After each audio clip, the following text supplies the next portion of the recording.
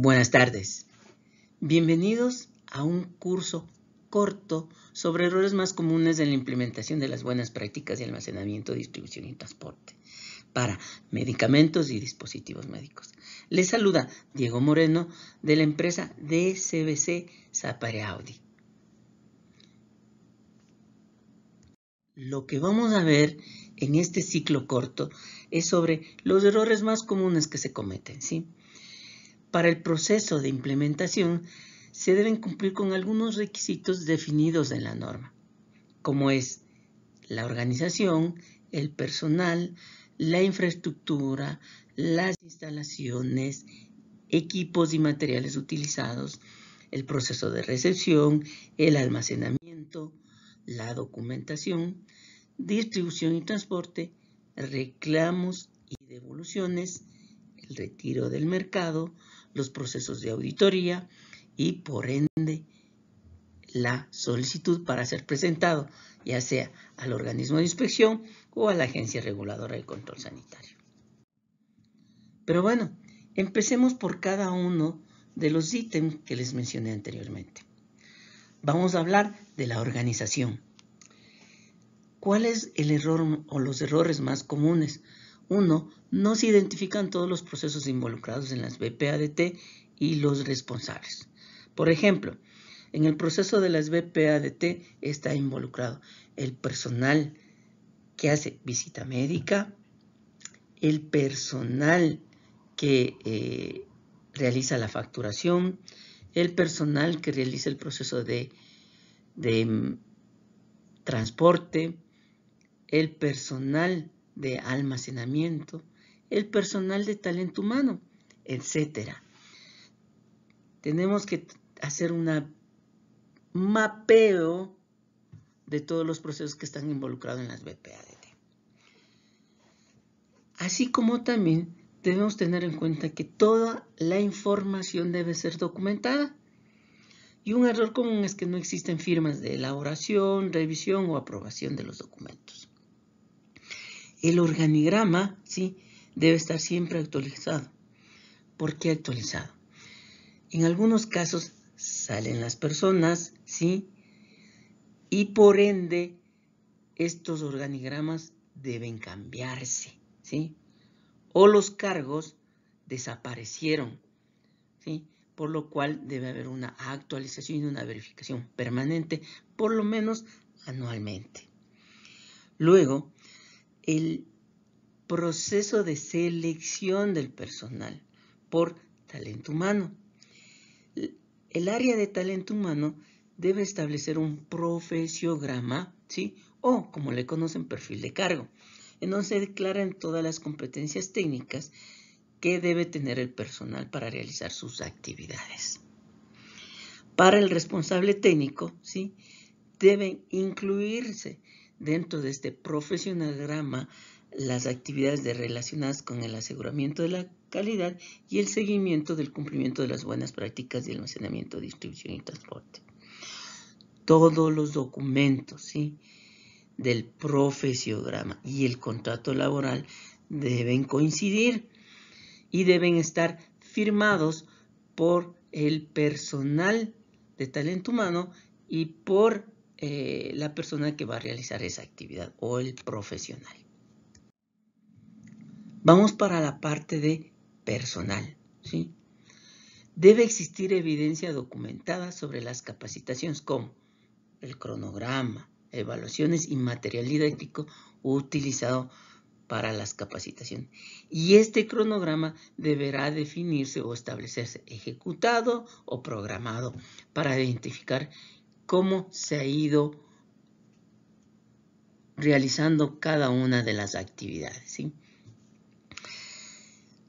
Otro de los problemas habituales es que no existe evidencia documentada, un acta, un registro o un documento firmado por parte del personal sobre la entrega de los EPPs, ¿sí?, o equipos de protección entregados al personal, y las capacitaciones respectivas. Si tenemos un área que manejamos productos de cadena de frío y tenemos cámaras, con estas características deberán tener la indumentaria adecuada para este tipo de actividades, ¿sí? Y deberían tener también una capacitación sobre el uso adecuado de los mismos. Por lo tanto, tiene que estar documentado. No existe un protocolo para determinar la permanencia, ¿sí?, en el área de trabajo en el caso de enfermedades transmisibles o lesiones abiertas en superficies descubiertas del cuerpo. Tenemos que tomar en cuenta que tenemos productos sensibles, susceptibles de algún tipo de daño o contaminación, por lo cual tenemos que tener establecido un mecanismo, un protocolo o una guía para tener en cuenta qué proceso se debe realizar en caso de un accidente laboral donde se produzca una lesión que puede ser visible y que podría producir una contaminación. Es necesario realizar un procedimiento para este tipo de actividad y qué acción se va a tomar. No se socializa la documentación de las BPADT con el personal.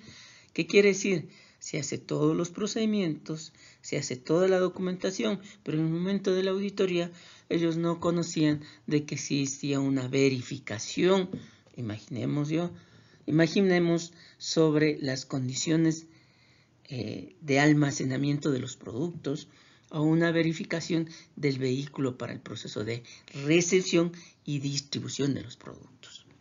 Es necesario hacer partícipes a todo el personal que están involucrados en las BPADT sobre estas actividades. No se realizan cambios en los procedimientos que no fueron evaluados con el personal del área. ¿Qué es lo que me refiero? Que se realiza un cambio de un procedimiento operativo estándar, ¿sí?, o SOP, que les saben decir en inglés, y este cambio no fue consensuado con el personal que trabaja en el área. Es un cambio definido arbitrariamente, ¿sí?, que puede producir problemas en el desempeño del personal, dado que esas actividades tal vez no le competan o, peor aún, necesitan de elementos adicionales para mejorar la actividad. Ejemplo, inclusión de indicadores. Y no les comentaron de que dentro de su proceso existen indicadores a ser evaluados. Luego tenemos, no existe evidencia documentada sobre un proceso de inducción del personal. Siempre que ingrese personal nuevo dentro de la empresa y esté involucrado en las buenas prácticas de almacenamiento, distribución y transporte, debe tener una inducción previa sobre cada una de las actividades que realizan sus compañeros de trabajo, sus actividades y el proceso de BPADT. No existe evidencia documentada en caso de ausencia del personal quien realiza esa actividad. Se denomina como suplencia, que quiere decir, si el personal de bodega no asiste, debe existir un backup que cubrirá esta actividad, ¿sí? O en el caso del director técnico encargado de las BPADT, debe existir otra persona que realice esa actividad y controle que se están siguiendo los procedimientos adecuadamente. La infraestructura es uno de los elementos muy importantes que garantiza la calidad del almacenamiento de los productos y evita la contaminación de los mismos, ¿sí? Por ejemplo, lámparas sin protección, pisos con grietas, las estanterías metálicas, ¿sí?, no mencionan el peso máximo que soportan, produciendo algún problema en el almacenamiento. No permite la libre circulación porque los pasillos son muy estrechos. Los productos se encuentran en contacto con la pared. Los productos se encuentran en contacto con la pared y el piso, que es un problema gravísimo de contaminación. Luego tenemos las áreas no están delimitadas ni rotuladas. Por ejemplo, el área de recepción de los productos, el área de verificación, el área de despacho, el área de almacenamiento o el área donde se manejan productos psicotrópicos y estupefacientes, o el área donde se almacenan los productos de limpieza. Todo debe estar rotulado y almacenado adecuadamente, con las debidas seguridades del caso. Un problema habitual es el hecho de que no se mapea el área de impresiones. Cuando me refiero a mapeo, quiere decir no se evalúan las condiciones térmicas de esa área, porque de acuerdo a la normativa debe existir una evaluación de la temperatura de las áreas de almacenamiento y distribución, ¿sí?, de los productos, así como también del área de impresiones, donde se garantiza que los productos no van a sufrir ninguna alteración o cambio de temperatura. Y es necesario tener las fichas técnicas de los productos e información dada por el proveedor de qué cambios se pueden aceptar dentro o desviaciones de temperatura de los productos, ya sea en el almacenamiento y en la distribución. Por ejemplo, cuando existe un corte de energía. Por lo general, debe evaluarse si es que tienen planta que suple esa ausencia de energía, qué tan ágil o qué tan rápido se acciona y evita desviaciones dentro de la temperatura. Un caso habitual, ¿sí?, es el hecho de que se tienen cuartos fríos. Estos cuartos fríos, cuando se produce un problema de corte de energía, ¿sí?, puede alterar, ¿sí?, las condiciones de los productos, si hablamos de productos sensibles a la temperatura, ¿sí?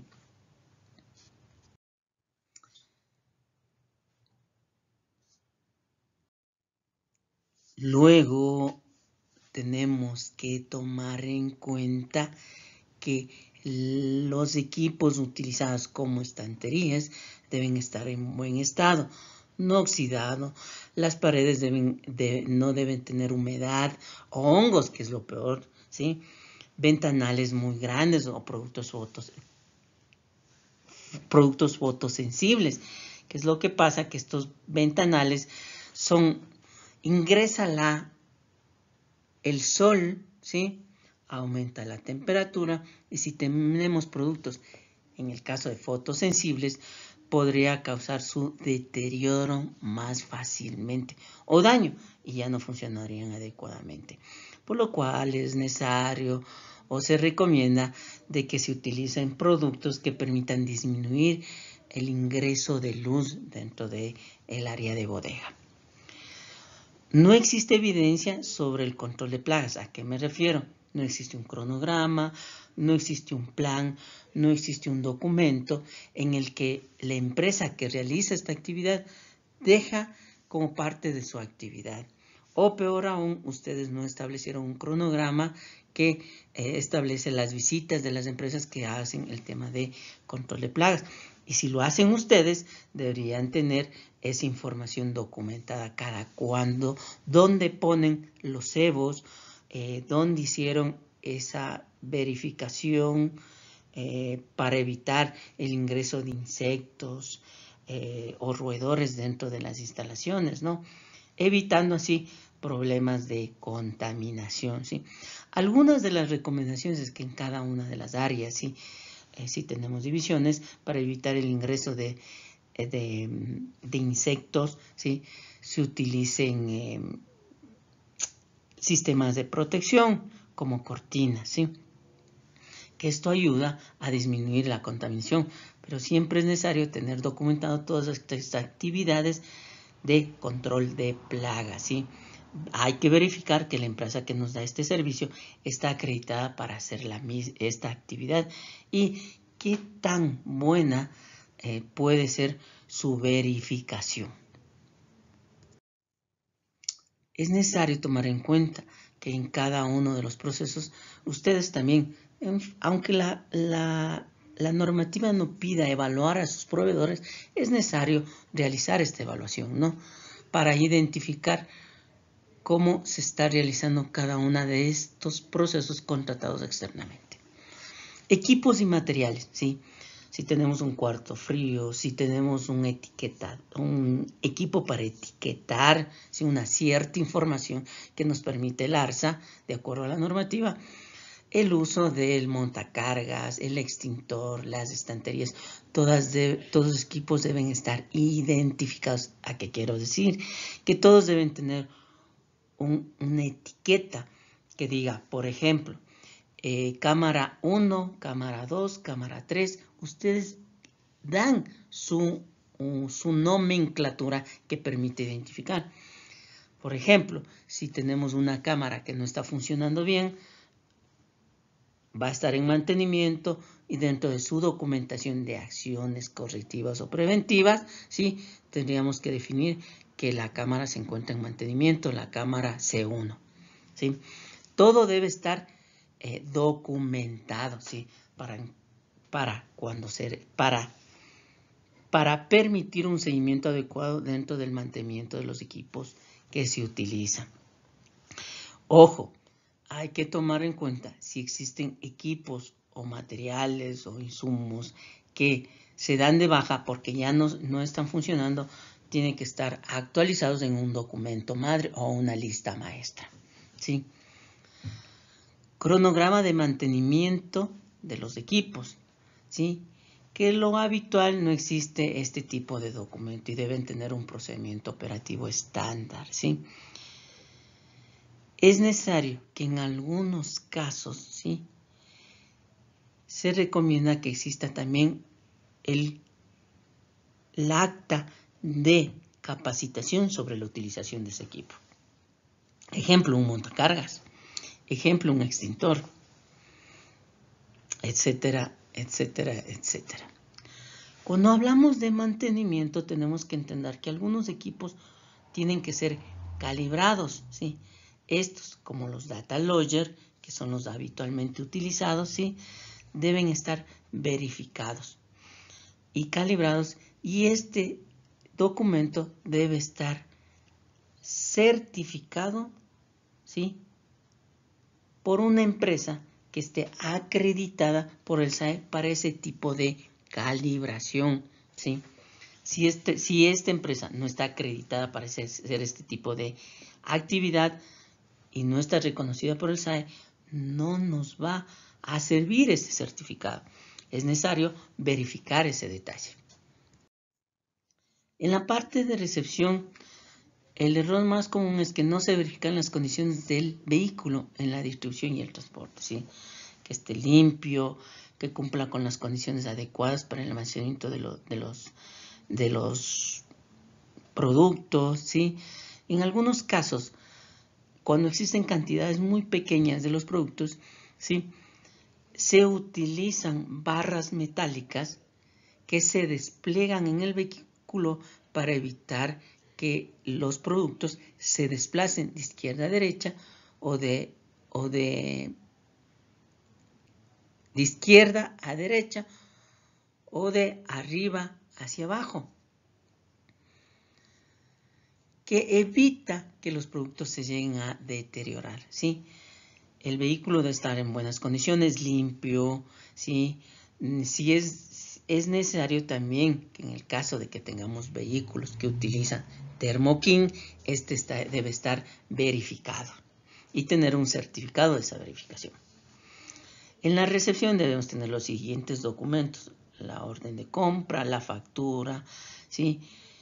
¿Y qué es lo que habitualmente pasa? Que no coinciden. Entonces, por eso es necesario verificar lo digital con lo físico. Y en caso de existir que no concuerde la información, debe estar documentado qué actividad debemos realizar para evitar este tipo de problemas. Luego, no se documentan los parámetros de revisión de los productos recetados, como el etiquetado o el tema de las condiciones físicas de los productos, cómo se recetaron, si estaba el empaque estaba correcto, no tenía ningún daño o deterioro del mismo, el envase primario, el secundario o la caja matriz o la caja grande o caja madre, ¿sí? O el bulto, no presentaba defectos. ¿Y qué hacer cuando presentan estos defectos? ¿Dónde lo vamos a reportar y qué actividad deberíamos realizar para disminuir los mismos, ¿no? Ahí es necesario tomar en cuenta que es importante crear un tipo de proceso que permita registrar esos problemas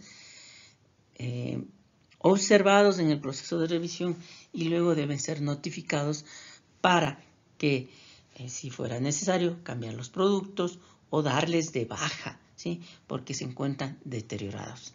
Ejemplos: cajas aplastadas, productos derramados, el etiquetado,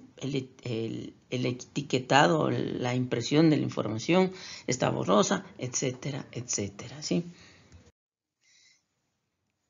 El anterior punto también es necesario incorporar y entender que existen los procesos de colocarle información definida por la agencia reguladora que es aceptada, ¿no? Como es el tema del precio. Y otra información definida por la agencia reguladora de control sanitario. Esto, sí, debe verificarse que su leyenda sea la adecuada, ¿sí? Y que no sea fácilmente que se pueda borrar o retirar, ¿sí? Entonces es necesario siempre verificar cuando se hace esta actividad con empresas que dan el servicio de impresiones, debido a que este tipo de información no vino de origen. Otro problema que existe en el tema, ahora vamos a ver los problemas que se pueden ocasionar en el almacenamiento. No coincide el número de productos recetados, almacenados y despachados, que es muy importante, ¿sí? Por eso es necesario establecer una actividad adecuada, como es lo primero que entra, lo primero que sale, o lo primero que expira, lo primero que sale, ¿sí? Que son mecanismos que permiten establecer un mejor control de inventario. El inventario debe ser una actividad que permita consolidar toda la información de los productos almacenados, distribuidos por parte de la empresa. Las estanterías no tienen identificación, así como también no se define qué se almacena en cada producto, en cada una de las estanterías. Ejemplo: ¿cómo es posible de que en un área de productos de dispositivos médicos encontremos unos productos de limpieza? Puede ser que estos productos de limpieza puedan causar un defecto en los dispositivos médicos, ¿sí? Siempre debemos verificar las condiciones de almacenamiento y si podemos juntar los productos o tenemos que tener lugares de almacenamiento separado para cada uno de los productos dependiendo de la actividad. Muchas empresas que hacen almacenamiento pueden tener suplementos alimenticios, leches maternas, pueden tener dispositivos médicos, productos cosméticos, productos higiénicos, etcétera, etcétera. ¿Sí? Por eso es necesario que se establezca un almacenamiento adecuado y específico. Otro problema es que no tienen señalización dentro del área de almacenamiento, ¿sí? Y no existe un registro o una autorización sobre el ingreso de las personas que llegan a ese área de almacenamiento. Es necesario tener un registro de este tipo de actividad o del personal que ingresa. Los certificados como ya les mencioné, de calibración de los equipos no son emitidos y no son reconocidos por una empresa que no está acreditada por el SAE. Documentación: no tiene documentado el proceso para la elaboración de procedimientos operativos estándar o POE. No existe una lista maestra de procedimientos y no está actualizada. Si está o si tienen, pero no está actualizada.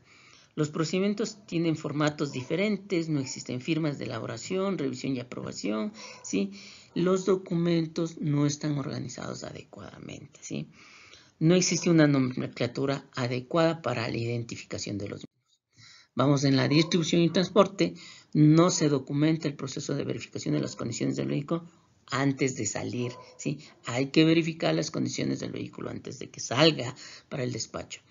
No se realiza la validación del sistema de cadena de frío, como puede ser el termoquín dentro del vehículo o el tema del cooler donde se almacenarán los productos en un determinado tiempo. Estos deben tener una verificación mediante un data logger sobre su correcto almacenamiento de los productos sin que se produzca una desviación que afectaría a los productos. Esto se llama validación de cooler, ¿sí? Existen normativas internacionales que definen cómo debe realizarse este proceso. El software no está o no tiene incluidas todas las etapas desde la recepción del producto hasta la distribución y transporte. Y por ende no está validado, ¿sí? Que es necesario verificar. ¿A qué quiere decir validado? Documentado. Existe una normativa que se llama de las GAM 5, que es un documento donde dice validación de software. Hay que tomarlo en cuenta como referencia que nos permita verificar que cada una de las etapas del desarrollo del software se han cumplido y se han verificado, ¿sí? Y que los datos no van a ser alterados fácilmente o que la información no se ha duplicado por un error de la persona que ingresó, ¿sí? Deben existir controles dentro de quién ingresa la información, quién evalúa y cómo es el proceso de distribución de este tipo de software. ¿Quiénes nomás tendrán acceso a la información? Uno de los procesos que están alejados es el proceso de facturación. También debe estar contemplado, ¿sí? Porque permite identificar cuántas unidades fueron facturadas y cuántas fueron despachadas y cuántas están almacenadas, ¿sí? Todo debe estar documentado. Luego tenemos el proceso de reclamos y devoluciones.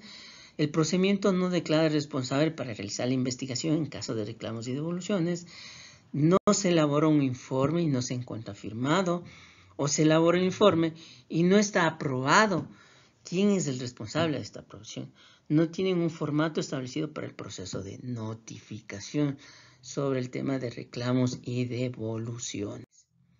Retiro de mercado. Es necesario tomar en cuenta en este proceso que existe un instrumento elaborado por la agencia reguladora, que es instructivo externo del ARSA sobre notificación de retiro del mercado, donde ya nos menciona qué requisitos debe cumplir nuestro procedimiento o qué debemos aplicar, porque es necesario evaluar el retiro de mercado.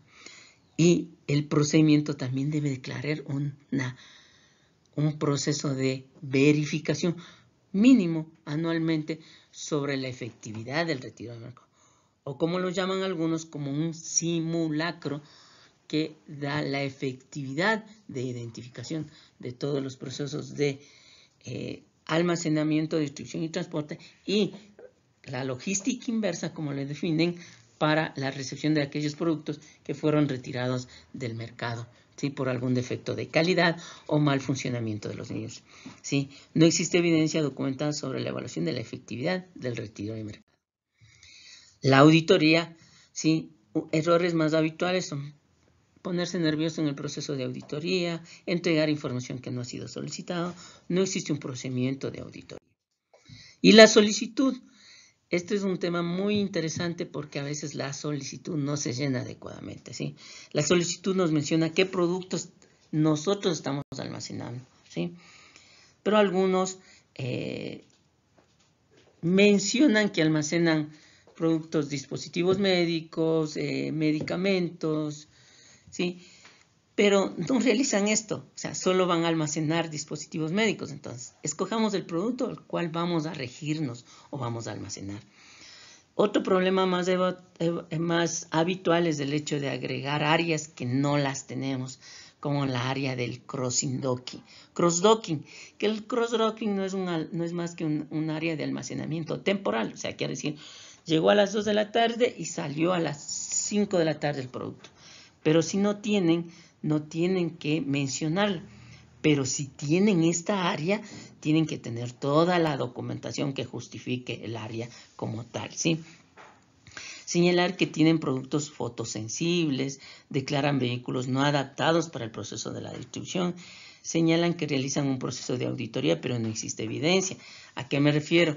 Distribuyen sus productos mediante vehículos que no tienen las condiciones adecuadas para garantizar la temperatura de los productos, evitando desviaciones, si estos necesitaran cadena de frío. Bueno, espero que esta pequeña guía o curso corto les haya servido para tener en cuenta qué es lo que no debemos hacer en el proceso de la implementación de las BPADT. ¿Sí? Tomemos en cuenta que la información técnica que nos da nuestro proveedor, ¿sí?, nos permite establecer criterios más claros. ¿Sí? Cuando hacemos el proceso de la validación del cooler, ¿sí?, debemos de identificar que las pilas que permiten mantener las condiciones de almacenamiento, ¿sí?, son las adecuadas y dan una garantía, ¿sí? Aquí en el tema de los coolers se habla sobre configuración, ¿sí? Existe mucha documentación y regulación internacional que permiten cómo deben hacer una configuración adecuada de estos productos y una evaluación, ¿sí? Hasta qué tiempo debe permanecer esta configuración manteniendo las condiciones de los productos adecuadamente, ¿sí?